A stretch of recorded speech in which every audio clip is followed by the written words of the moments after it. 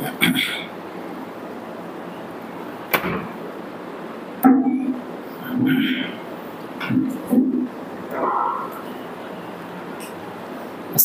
अलैकुम वरहमतुल्लाहि वबरकातुहू।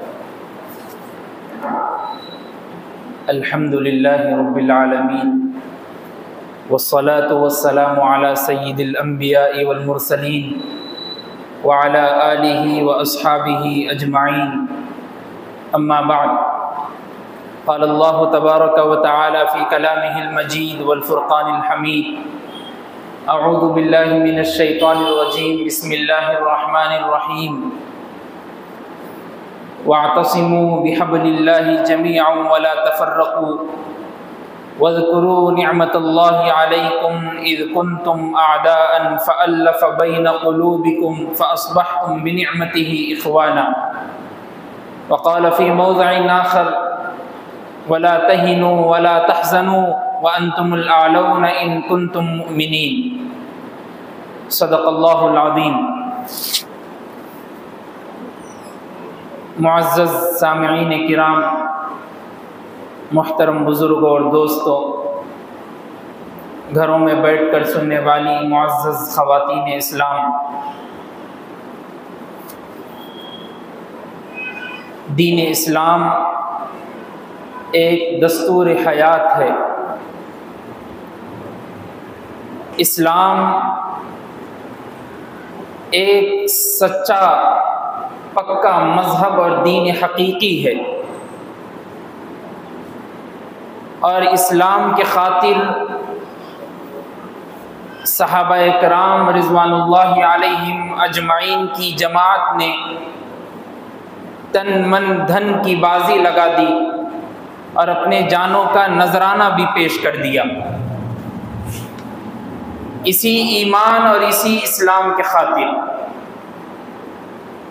और आज मुल्क के हालात के हिसाब से हर मुसलमान, हर मुस्लिम मैनेजमेंट का एक एक आदमी, एक एक फर्द यही सवाल करते नजर आ रहा है कि आखिर क्यों इतनी मुसलमानों पर तकलीफ़ें और मुसीबतें पहुंच रही, आखिर क्यों इस्लाम और ईमान और मोमिन बंदों को सताया और मारा और काटा जा रहा है, आखिर क्यों मजहब इस्लाम की हर तरीके से उसको नाकाम करने की कोशिशें और साजिशें बढ़ती जा रही है, आखिर वजह क्या है? हर आदमी यही सवाल करते नजर आ रहा है, लेकिन कोई मुसलमान ये सवाल नहीं कर रहा कि हमको ईमान और इस्लाम के खातिर कैसी कुर्बानी पेश करनी है, और इस्लाम और ईमान पर कुछ तारुज़ पेश हो जाए तो हमको कैसे उसका मुकाबले के लिए खड़े होना है। कोई ये सवाल करते नजर नहीं आ रहा।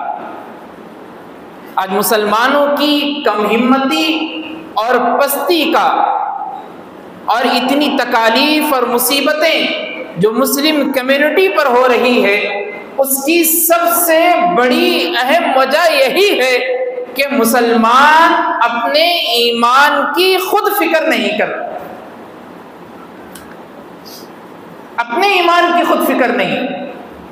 और कई मुसलमान और कई लोगों को ये भी नहीं मालूम कि इस्लाम और ईमान क्या चीज है, ईमान किसको कहते हैं, इस्लाम किसको कहते हैं, बुनियादी अराकीन क्या है, ईमान की तारीफ क्या है, ईमान के खातिर कुर्बानी कैसी कैसी सहाबा ने पेश की, ताबईन ने, असलाफ ने, बुजुर्गान दीन ने कैसी तकालीफ इस्लाम के खातिर और ईमान के खातिर पेश की, लोगों को नहीं मालूम। उसी की वजह यह है कि मुसलमानों के ऊपर ये हालात आज नजर आ रहे हैं, और मुसलमान कम हिम्मती का शिकार हो रहा है, पस्ती का शिकार हो रहा है, और हर जगह पर अक़लियत का शिकार है। आपको जो फॉर्म दिया गया था मिनिस्टर की तरफ से, उसमें भी आप देखे होंगे कि अक्सरियत है या अक़लियत है आप लोगों की, तो अक़लियत पर पूरे लोगों ने साइन किया और राइट का निशान लगाया, उसकी बड़ी अहम वजह यही है कि मुसलमान अपने आप को अक़लियती मैनेजमेंट में शुमार करके और अपने आप को कमजोर और बर्तरी का शिकार करते हुए नजर आ रहा है। कभी उसने ये नहीं सोचा कि मैं अक़लियत में हूं, मैं कम हूं, लेकिन मेरा ईमान और मेरा इस्लाम सबसे ज्यादा ताकतवर है। कभी मुसलमान नहीं सोचा। और ईमान की तारीफ क्या है? अल्लाह के रसूल सल्लल्लाहु अलैहि वसल्लम ने फरमाया कि कमजोर मोमिन से ज्यादा बेहतर मजबूत ईमान वाला है। और ईमान की तारीफ सिद्क़ुन बिल क़ल्ब व इक़रारुन बिल लिसान, दिल से सच्ची बात का इकरार करना और मानना और जबान से इकरार करना और बोलना। ला इलाहा इल्लल्लाह मुहम्मदुर रसूलुल्लाह सल्लल्लाहु अलैहि वसल्लम पढ़ना, इकरार बिल लिसान। लेकिन ला इलाहा इल्लल्लाह, अल्लाह के अलावा कोई इबादत के लायक नहीं, इसको दिल से तस्लीम करना, यह भी ईमान। और आखिर में कहा गया अपने जितने आज़ा बदन में हैं उसके जरिए से अमल करना इस्लाम पर, यह भी ईमान की तारीफ में शामिल है। जैसे नमाज पढ़ने के लिए हाथ उठाते हैं, रकात बांधते हैं, सजदे में जाते हैं, घुटनों का, पैरों का, कमर का, सर का, धड़ का, हाथों का इस्तेमाल होते रहता है, यह भी ईमान की तारीफ में शामिल है। ये ईमान की तारीफ है। और इसके बुनियादी अराकीन कितने हैं? बुनियल इस्लाम वाला खमसिन, इस्लाम के बुनियादी अराकीन 5 है। अल्लाह के रसूल सल्लल्लाहु अलैहि वसल्लम ने फरमाया शहादतु अल्ला इलाहा इल्लल्लाह व अन्ना मुहम्मदुर रसूलुल्लाह, ये गवाही देना कि अल्लाह के अलावा कोई इबादत के लायक नहीं, मोहम्मद सल्लल्लाहु अलैहि वसल्लम अल्लाह के रसूल है। और आगे फरमाया व इकामुस्सलाह, नमाज को कायम करना, बुनियादी अराकीन में से नमाज का कायम करना है। सबसे पहले दिया गया, नमाज के अरकान में से सबसे पहला दिया गया कि शहादतु अल्ला इलाहा इल्लल्लाह, इस्लाम के अराकीन में से तौहीद का दर्ज दिया गया। जब वहदत पहचानना है कि अल्लाह के अलावा कोई इबादत के लायक नहीं। और कितने मुसलमान और कितने मुस्लिम बच्चे और कितने मुस्लिम बच्चियां ऐसी है जो स्कूलों को जाती है, कॉलेजेस को जाते हैं, लेकिन घर पे आने के बाद उनके दीन का, उनके मकतब का, उनके मदारिस का, उनके कुरान मजीद की तिलावत का माँ बाप को कोई नजर नहीं, नजरअंदाज कर दिया गया सारा मामला। और बच्चे स्कूल मैनेजमेंट में पढ़ते हुए भी मुर्तद और इर्तिदाद का शिकार बन रही है। उसकी सबसे बड़ी अहम वजह यही है कि आज तक उस बच्चे को समझाया नहीं गया कि वहदानियत क्या है। अल्लाह एक है, अल्लाह के अलावा कोई इबादत के लायक नहीं। मुसीबतें पहुंचती है तो भी अल्लाह की इजाजत शामिल हाल है। अगर तुम्हारे ऊपर कोई खुशी का नजराना भी हो गया तो शुक्र भी करना है। अल्लाह फरमाते हैं वमा असाबकुम मिन मुसीबतिन इल्ला बिइज़्निल्लाह, कोई मुसीबत तुम्हारे ऊपर जब तक नहीं पहुंच सकती जब तक अल्लाह की इजाजत शामिल हाल न। दूसरा रुकन कहा गया नमाज का कायम करना। नमाज इससे पहले भी जुमे में बयान हुआ था इस सिलसिले में कि नमाजों की पाबंदी के सिलसिले में इस्लाम के बुनियादी अराकीन में से दूसरा रुकन है नमाज का कायम करना। अगर कोई बंदा पैदा हुआ, पैदा होने के बाद इस्लामी घर में परवरिश पाया, लेकिन एक भी नमाज अदा नहीं की, उसके मुसलमान और मोमिन होने में अंदेशा है। और बाज लोगों ने फतवा भी दे दिया, बाद मुफस्सिरीन और बाद मुहद्दिसीन ने, कि वो कुफ्र के इंतहा पर आकर खड़ा हो गया, नाम का मुसलमान है, काम से ईमान वाला नहीं। और 5 टाइम अज़ा हो रही है, 5 टाइम बुलाया जा रहा है, फजर में, जोहर में, असर में, मगरिब में, इशा में, सिवाय मगरिब की नमाज के अलावा कभी कोई मस्जिद भरती हुई नजर नहीं आई। जुमे की नमाज के अलावा, ईदैन की नमाज के अलावा कभी कोई मस्जिद भरती हुई नजर नहीं आई। बकिया नमाजों में वही महल्ले के चंद बूढ़े अशखास आ गए, नौजवान 2-3 शामिल हाल हो गए और 2-3 सफ़ें बन गई और नमाज अदा हो गई। हालांकि घर के अतराफ में अगर हिस्सा लगाया जाए, इस मस्जिद के हिस्से में और जुमरे में शामिल होने वाले तकरीबन मैंने मालूम किया कि 400 घर मुसलमानों के, इस मस्जिद में शामिल होने वाले घर 400 मुसलमानों, 400 घर। आप अंदाजा लगाइए, 400 घर में से अगर तकरीबन एक बंदा भी आ गया तो 400 लोग तो नमाज में हाजिर है ना। और जब रिसर्च करने पर मालूम हुआ कि सिर्फ मगरिब की नमाज में 60-70 लोग आते, बकिया नमाज में 10-15-20 लोग आते। कहाँ चले गए, क्या कर रहे, आखिर कहाँ है मुसलमान? अपने घरों में बैठा हुआ, टीवी में मशगूल, फोन में रिसर्च करने में मशगूल, जॉब पे है तो बस पैसा कमाने में मशगूल, चबूतरे गर्म करने में मशगूल, इधर उधर के कामों में, उधर की शॉपिंग में, चार मीनार पे, फुला जगह पे, डब्बों के पास, होटलों के पास। मुसलमान सिर्फ इसी नाम का हो गया है। इसीलिए गैरों को ये काम देखते हुए नजर आया कि भाई ये तो मुसलमान सिर्फ खाने का है, पीने का है, लड़ाई झगड़े से फुर्सत नहीं, बहन को मारने से फुर्सत नहीं, बहन का हक खाने से फुर्सत नहीं, भाइयों का हक खाने से फुर्सत नहीं, इसको तो मस्जिद की कोई परवाह ही नहीं है। आखिर हम ये काम करेंगे कि जो मस्जिद बाबरी बनाई गई थी उसी का इंतकाम इसके जरिए से लिया जाएगा। अब उसी मस्जिद की जगह पर तोड़कर, मिसमार करके तामीर कर दी गई राम मंदिर, और उसके बाद लोगों को कहा गया, और अपने मुसलमान लोग बैठे बैठे सिर्फ इसी काम में हैं कि देखिए अल्लाह की मदद आएगी, वमता नस्रुम मिनल्लाह, अनकरीब अल्लाह की मदद आएगी। कैसे आएगी? पहले काम तो ईमान वाला और मुसलमान वाला करके बताओ, उसके बाद अल्लाह खुद मदद भेजेंगे जरूर। अल्लाह ने तो ऐलान कर दिया, अल्लाह ने तो बोल दिया, वला तहीनु वला तहज़नु, गम मत करो, टेंशन मत लो, अफसुर्दा मत हो, व अंतुमुल आलून, तुम ही सर बुलंद रहोगे। उसके लिए शर्त लगाई अल्लाह ने, इन कुंतुम मुमिनीन, अगर तुम ईमान वाले बनोगे। और हम ईमान वाले तो दूर की बात, मुसलमान भी नहीं। बुनियादी अराकीन में से तीसरा रुकन अल्लाह के रसूल सल्लल्लाहु अलैहि वसल्लम ने फरमाया, व ईता ज़कात, ज़कात अदा करना। माल तो कमा लिए, पैसे तो आ गए, फुल जेब भर गया, दुकान भर गई, घर की अलमारियां भर गई, बीवी के जेवरात भरे हुए हैं, कपड़े भरे हुए हैं, शादियों में उड़ाने के लिए पैसा है, उधर इधर देने के लिए, एंजॉय करने के लिए, पार्टी करने के लिए पैसा है, ढाबों पे जाने के लिए पैसा है, रोड ट्रिप पे जाने के लिए पैसा है, घूमने के लिए पैसा है, ऐशो आराम के लिए पैसा है। जब ज़कात देने की बात आती, किसी जगह पर किसी गरीब को किसी मदरसे में ताउन करने की या किसी और चीज की बात आती, तो बस भाई साहब का मुंह पूरा छोटा पड़ जाता और सोचते हैं कि भाई मैं पैसा कहाँ से लाऊंगा, मेरी कमाई 40,000 रुपए है, 30,000 रुपए मैं कमाता हूँ, घर का किराया 10,000 रुपए हो गया, 20,000 रुपए में मेरा घर चलता, भाई मैं कहाँ से लेके आ सकता हूँ? जेब में हाथ जाता नहीं, गया तो भी 10 रुपए की नोट निकलती फटी हुई। गरीब में सोचता कि इस कुछ मैं 20 रुपए देके जाता हूँ, इन्हें मेरे से ज्यादा फर्नीचर दिख रहा। हमारा हाल ये।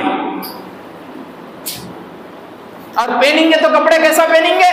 जीन्स डाल लिए, ऊपर टी शर्ट डाल लिए, इधर से जीन्स फटा हुआ, उधर से फटा हुआ, और पूछे कोई भी लोग क्या हुआ भाई इतना फटा हुआ पहन रहे? भाई यही सबसे महंगा है जी, 2,000 रुपए में। अच्छा लिबास कैसा है? सादा सीधा, वो 300 रुपए में। लेकिन अपन 300 वाला थोड़ी खरीदते, ब्रांड वाले, अपन ब्रांड के कपड़े पहनने वाले।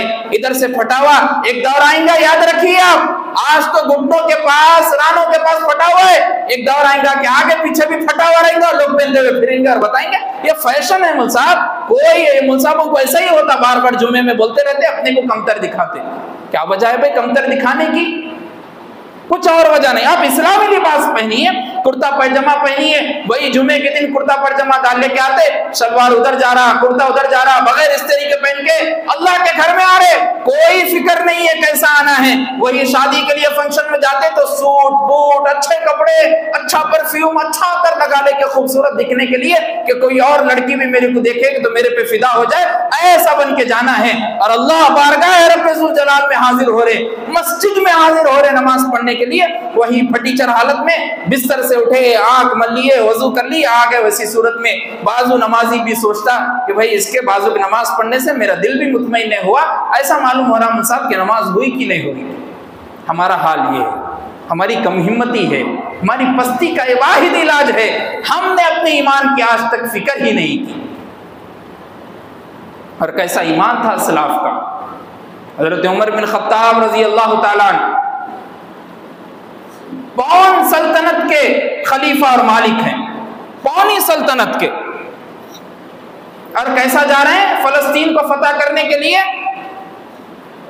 उतरे सवारी पे से, हाथ में जूते ले लिए और पेबंद लगे हुए कपड़े हैं, और छोटी सी नहर है सामने, हाथ में चप्पल है और उसको पार करते हुए नजर आ रहे हैं। लोगों ने देखा कि यही शख्स हो सकता है जो अमीरुल मोमिनीन हो, इसलिए कि इसकी सादगी ऐसी है, और सहाबी वहाँ से आए भागते हुए, आके कहने लगे उमर बिन खत्ताब रजी अल्लाह ताला ये बहुत बड़े लोग इधर रहते हैं, अगर अच्छा होता आप अच्छे कपड़े पहन के आते और ये चप्पल वगैरह जो आप हाथ में पकड़े इसको नहीं पकड़ते तो बेहतरीन अंदाज में आप दिखते और अमीरुल मोमिनीन नजर आते।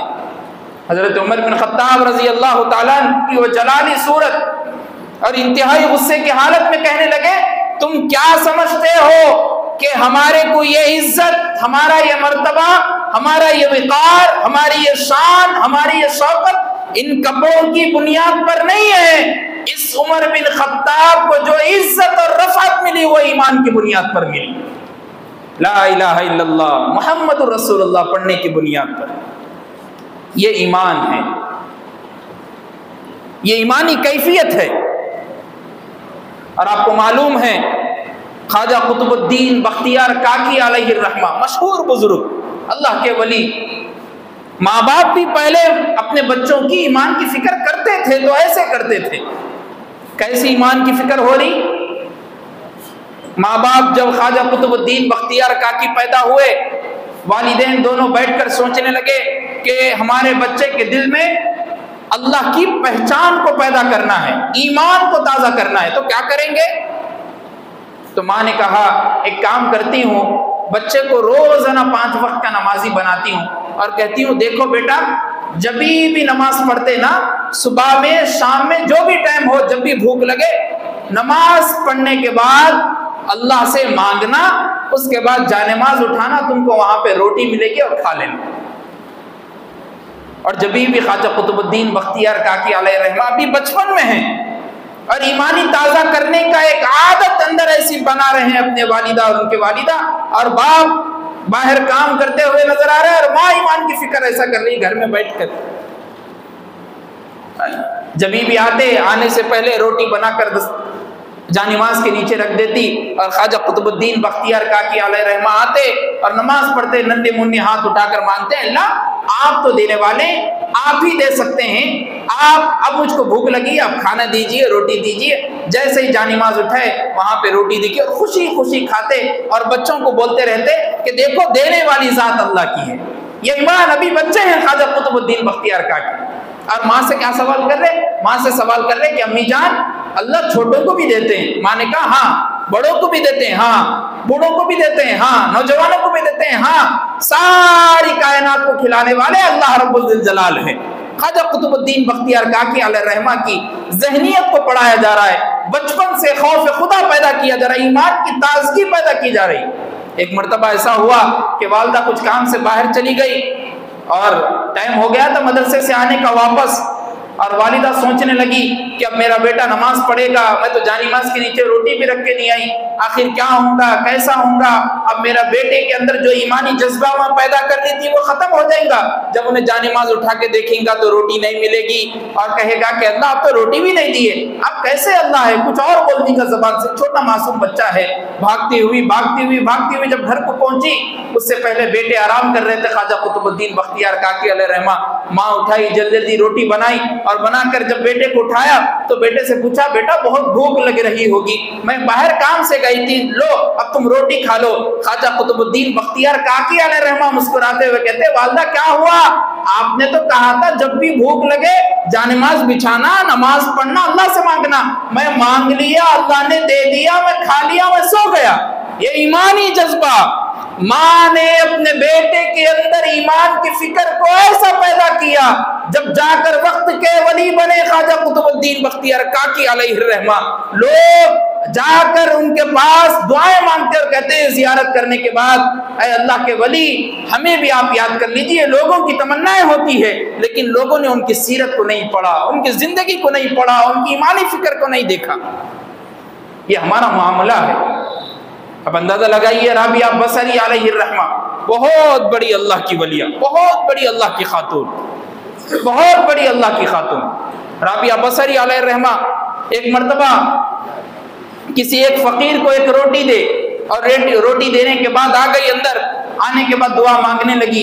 एक और आदमी आया, आकर दरवाजा खटखटाया और खटखटा कर कहा कि बीबी ये लो रोटियां, मैं बहुत जगह पर घूम घूम कर रोटियां दे रहा हूं, मैं अपनी तरफ से दे रहा हूं, ये लीजिए आप। तो राबिया बसरी ने कहा कितनी रोटियां हैं? तो उस आदमी ने कहा 9 रोटियां हैं। तो राबिया बसरी ने भेज दिया, ये मेरी नहीं हो सकती, आप चले जाओ। फिर उसके बाद जब अंदर आई तो आपकी खादिमा पूछने लगी, हुआ क्या, आप 9 रोटियां थी, ली नहीं, क्या हुआ वजह? तो राबिया बसरी अलैहिर्रहमा ने कहा, अल्लाह ने कुरान मजीद में इरशाद फरमाया है, मन जा बिल हसनति फलहु अशरु अमसालिहा, अगर कोई एक नेकी करता है अल्लाह उसका 10 गुना देता है। मैं 1 रोटी दी, अब अल्लाह का काम है कि 10 रोटियां मेरे घर तक भेजे। ईमान, जज्बा, ईमान की फिक्र, अल्लाह हमें इतनी मोहब्बत के अल्लाह आप देने वाले हैं, मेरा काम था 1 रोटी देना, अब 10 नेकियां आप देने वाले हैं, तो आपकी जिम्मेदारी है कि आप 10 रोटियां मेरे पास भेजिए। फिर और एक गरीब आया और आकर कहने लगा, ये 9 रोटियां लीजिए, फिर भेज दिए। तीसरी मर्तबा जब एक आदमी आया और उसने खटखटाया तो राबिया बसरी ने पूछा, क्या वजह है, क्यों आए हो? उसने कहा कि रोटियां हैं। पूछा कितने? तो कहा 9। तो जब वापस भेज रहे तो खादिमा ने कहा, आप ले लीजिए, ये आदमी 10 ही रोटियां लेकर आ रहा था, लेकिन मैं उससे पहले 1 रोटी ले ली और अपने बच्चे को जो भूख में था उसको खिला दी, इसलिए 9 बाकी है।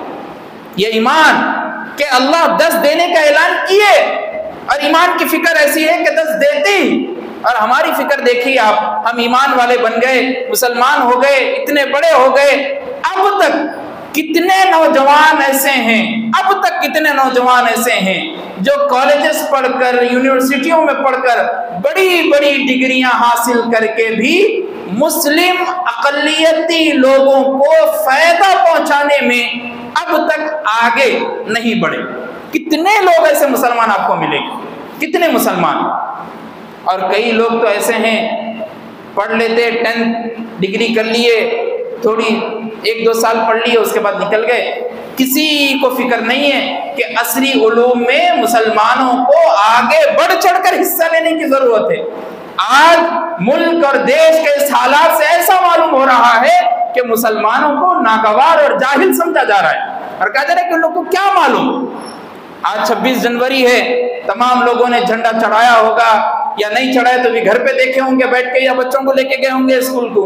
लेकिन आप बताइए, जमहूरियत किसको कहते हैं?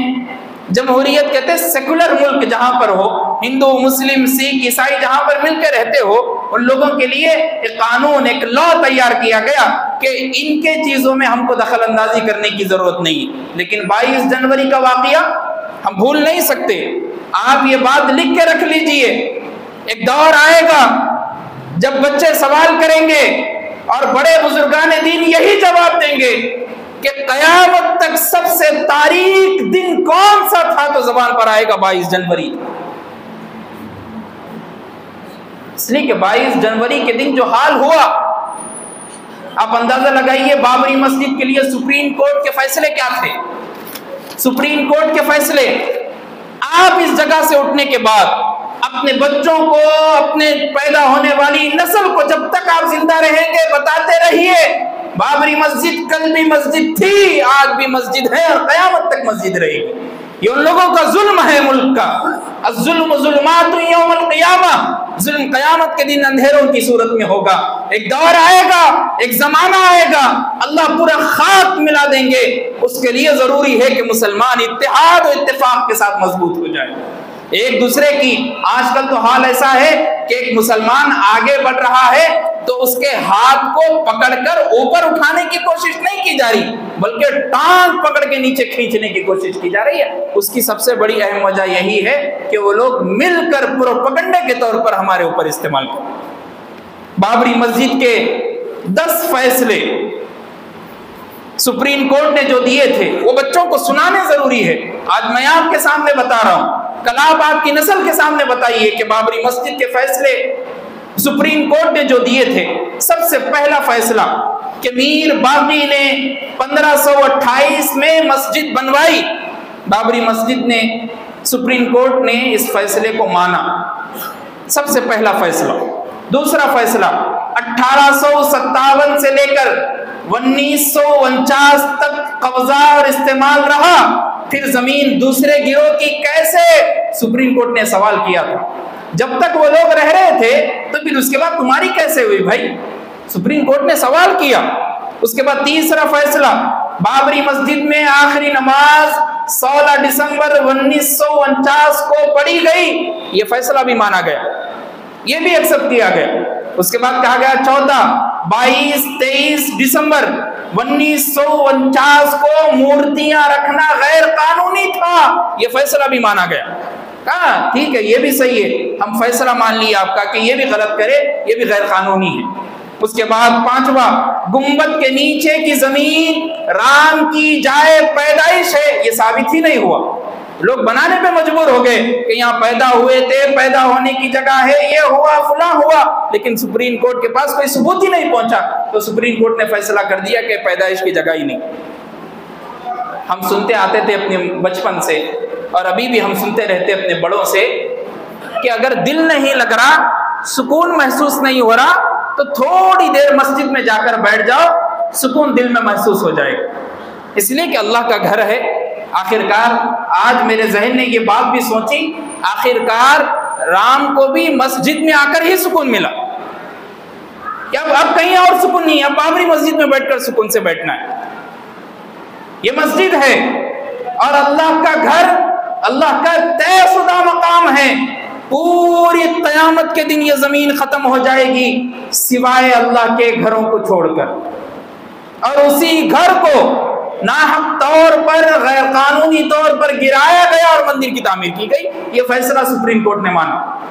उसके बाद छठी चीज, जमीन पर दावा मियाद के अंदर है, जिस पर अब फैसला नजर सानी के लायक। आप जो बात बोल रहे वो तो नहीं मानी गई, लेकिन फिर भी दूसरी मर्तबा देखेंगे, सुप्रीम कोर्ट का फैसला था। उसके बाद 7वां फैसला, 6 दिसंबर 1992 को मस्जिद गिराया जाना गैर कानूनी था, ये फैसला भी माना गया। उसके बाद 9वां फैसला, ये क्यों ज़ेर गौर नहीं हुआ कि मस्जिद की जमीन का तबादला या मुंतकिली नहीं हो सकती, ये भी फैसला माना गया कि जमीन को दूसरी जगह नहीं बनाया जा सकता। ये लॉ में लिखी हुई बात है, ये इनकी शरीयत की मुदाखलत हो जाती, मस्जिद जहां पर है उसको मस्जिद वहीं पर रहने दीजिए। उसके बाद 10वीं चीज, फैसले में माना गया कि मंदिर को तोड़कर मस्जिद नहीं बनाई गई। ये सुप्रीम कोर्ट के फैसले हैं, सब लोगों ने तस्लीम किया। मैंने तकरीबन कई न्यूज चैनल भी देखे, उसमें कई लोगों को बुलाया गया जो हिंदू पंडित थे, उन लोगों ने भी अपनी आंखों से देखी ये बात और मंजर देखी, उसके बाद कही कि गलत हुआ मुसलमानों के साथ, और वही हालात मुसलमानों के ऊपर आज हो रहे हैं।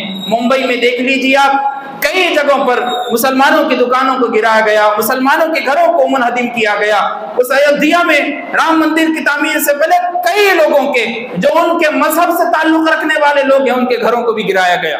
ये इंसानियत नहीं है, ये इंसानियत का दर्स नहीं है। इस मुल्क में सेकुलरिज्म का मतलब ही, जमहूरियत का मतलब ही यही है कि इस मुल्क को आजाद कराने के लिए हिंदुओं ने जहां तक मेहनत की, मुसलमानों ने भी मेहनत की, जहां तक मुसलमानों ने मेहनत की, सिख भाई ने भी मेहनत की। इसीलिए मशहूर शायर ने कहा था कि जब पड़ा वक्त गुलिस्तां पे तो खून हमने दिया, जब पड़ा वक्त गुलिस्तां पे तो खून हमने दिया, जब आई बहार तो कहते हैं जा तेरा काम नहीं है। ये कोई बात हुई? ये हिंदुस्तान हमारा है, इस मुल्क में अक़लियत मुसलमानों की वो अलग बात है, लेकिन इस मुल्क को आज़ाद कराने के लिए मुसलमानों ने अपने खून का, अपनी जान का नजराना पेश किया। अपने बच्चों के अंदर ये बात डालिए, उनको समझाइए आज़ादी और जमहूरियत का मतलब क्या होता है, उन्हें बताइए। जब भी जाकर आपको यह हक होगा कि आप रिपब्लिक डे मनाएं और जमहूरियत और यौम जमहूरिया मनाएं।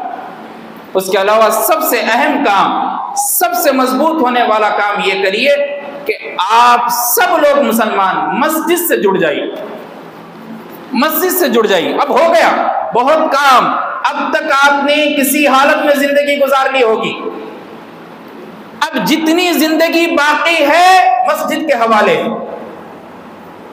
मेरा जीना, मेरा मरना अब मस्जिद के हवाले हैं। अब याद रखिए, अगर आज का नौजवान मस्जिद से दूर है, आने वाली नस्ल के बच्चों के लिए मस्जिद में जाना तो दूर की बात, उस जगह पर मस्जिदें भी नहीं मिलेगी आपको। ये बात आप लिख लीजिए। आप जब आएंगे मस्जिद को, आते हुए आपके दोस्त को लेके आइए। वालिदैन है तो बच्चों को उठाइए कि चलो बेटा नमाज पढ़ना है, चलिए नमाज को जबरदस्ती करिए, मारिए, अगर बात से नहीं सुन रहे लात मारिए, आपका हक है, आप पेरेंट्स है, आप वालिदैन है, आपकी सरपरस्ती में बच्चा जी रहा है, उसको तालीम दीजिए इस्लाम की, मोमिन की, इस्लाम की और मुसलमानों की तालीम दीजिए, नमाज तक लेके आइए। और बाज़ लोगों को पूछा गया क्यों नहीं आ रहे, तो वालिदैन और पेरेंट्स बोलते कि मुल साहब बहुत समझा दिया, मुल साहब मेरा बेटा आ रहा ही नहीं। और वही बेटा आपको थिएटर को जाते हुए मिल गया, कहीं जिना करते हुए मिल गया, कहीं शराब पीते हुए मिल गया, चबूतरे पर बैठे हुए रोड गरम करते हुए मिल गया, चरस मारते हुए गांजा मारते हुए मिल गया, तो खामोश बैठ जाएंगे? नहीं बैठेंगे, वहीं से कान पकड़ के चप्पल से मारते हुए घर को लेके आएंगे। जब भी मालूम होता कि बाप का फर्ज है मस्जिद को लेके आना, नमाज पढ़ाना है, बाप का फर्ज नहीं होता, बनाइए अपने बच्चों को, लेके आइए। और पैसा है आपके पास तो मस्जिद तक लगाइए, मकतब का क़याम कीजिए। 60 बच्चे 70 बच्चे आज अगर मकतब को आ रहे, आप खामोशी से इख्तियार कीजिए, आप आने वाले अतराफ में बच्चों को बुलाइए, मस्जिद को भेजिए, मकतब पढ़ाइए। याद रखिए यही 10 15 60 बच्चे आने वाली पूरी उम्मत का हाल को जानेंगे और पहचानेंगे और उनकी फिक्र करेंगे। और जिस मस्जिद पर, ये बात मैं मिंबर पर बैठकर कह रहा हूं, जिस मस्जिद पर मकतब नहीं चलता या इस्लाम की बुनियादी अराकीन नहीं सिखाई जाती, वो मस्जिद आज वीरान है। नमाज तो हो रही है लेकिन मकतब का क़याम कुछ नहीं है, मासूम बच्चों को मालूम नहीं है। वही बच्चा, जब मासूम बच्चा ला इलाहा इल्लल्लाह अपनी ज़बान से निकालता है तो कितनी खुशी की बात। हम्माद बिन ज़की, इमाम अबू हनीफा रहमतुल्लाहि अलैह के वालिद मोहतरम, कैसे अल्हम्दुलिल्लाह रब्बिल आलमीन सूरह फातिहा सीख ली एक मरतबा, आके जब वालिद मोहतरम के सामने पढ़े सूरह फातिहा, वालिद मोहतरम खुश खुश उस्ताद को बुलाए और बुला के 500 चांदी के सिक्के दिए, 500 चांदी के सिक्के, दीनार, कि मेरा बेटा सूरह फातिहा पढ़ा, आप लीजिए। और आगे क्या बोल रहे, मुल साहब अगर इससे ज्यादा कीमत होती मेरे घर में तो वो भी दे देता। और आज मकतब मस्जिद को भेज रहे, थोड़ा मुल साहब पूछ लिए, भाई एक बच्चे की फीस है 500, कुरान व हदीस पढ़ाने पैसे लेते, कुरान व हदीस पढ़ाने पैसे लेते, पैसे उसके नहीं ले रहे पढ़ाने के, वक्त के पैसे ले रहे। हज़रत उमर बिन खत्ताब रज़ी अल्लाह तआला के दौर में बाज़ाब्ता तौर पर बच्चों को पढ़ाया जाता था और उस्ताद को उसकी कीमत अदा की जाती थी कि इनका वक्त लग रहा है। जंगे बदर में जिन लोगों को पकड़ा गया, बंदी बनाया गया, अल्लाह के रसूल सल्लल्लाहु अलैहि वसल्लम ने उनके ऊपर जुल्म नहीं किया। उन लोगों को कहा कि अगर तुम आज़ाद होना चाहते हो तो ये मासूम सहाबा के लड़के हैं और बच्चे हैं, इनको दीन की तालीम दो और सिखाओ। इसलिए कि वो मशहूर अरब के कुफ़ार थे, वो लोग लिखना पढ़ना सब कुछ जानते थे। अल्लाह के रसूल सल्लल्लाहु अलैहि वसल्लम ने उसका बदला यह दिया कि तुम आज़ाद हो जाओगे अगर इनको पढ़ना लिखना सिखा दी। इसका मतलब क्या है, पढ़ाई के लिए पैसे नहीं ले रहे, वक्त के पैसे ले रहे हैं। और वही पैसा है, शादी में उड़ाने की बात आती तो मजलिसें लगाई जाती और हाथ में गड्डियां रखी गई, नोट मुंह में रख दिए गए और ऊपर से उछाला गया, हवा में डाला जा रहा है। नोट की कीमत कुछ नहीं, पैसों की कीमत कुछ नहीं। वही 10-20 रुपए की बात गरीब को देने की, मुसाफ को देने की, मस्जिद में लगाने की, ईंट लगाने की, पानी की कमी हो गई, कुछ हो गई तो पूरे जेब अंदर चले गए और घर में खामोशी के साथ बैठे। आगे अगर कोई मुसाफ भी चंदे की रसीद लेके घर पे खटका मारे, बीवी को बोल के भेजते, बेगम बोल दो नहीं हूं मैं घर पे। बीवी आखिर खटका खोल के, नहीं है हमारे शोहर घर पे। एक औरत को भेज दी अंदर बैठे बैठे गेट तक, खुद इन्हें मर्द होके जेब में 10-20 रुपए होंगे लेकिन देना दिल नहीं बोला। ये हमारा मुसलमान है, ये हमारा ईमान है।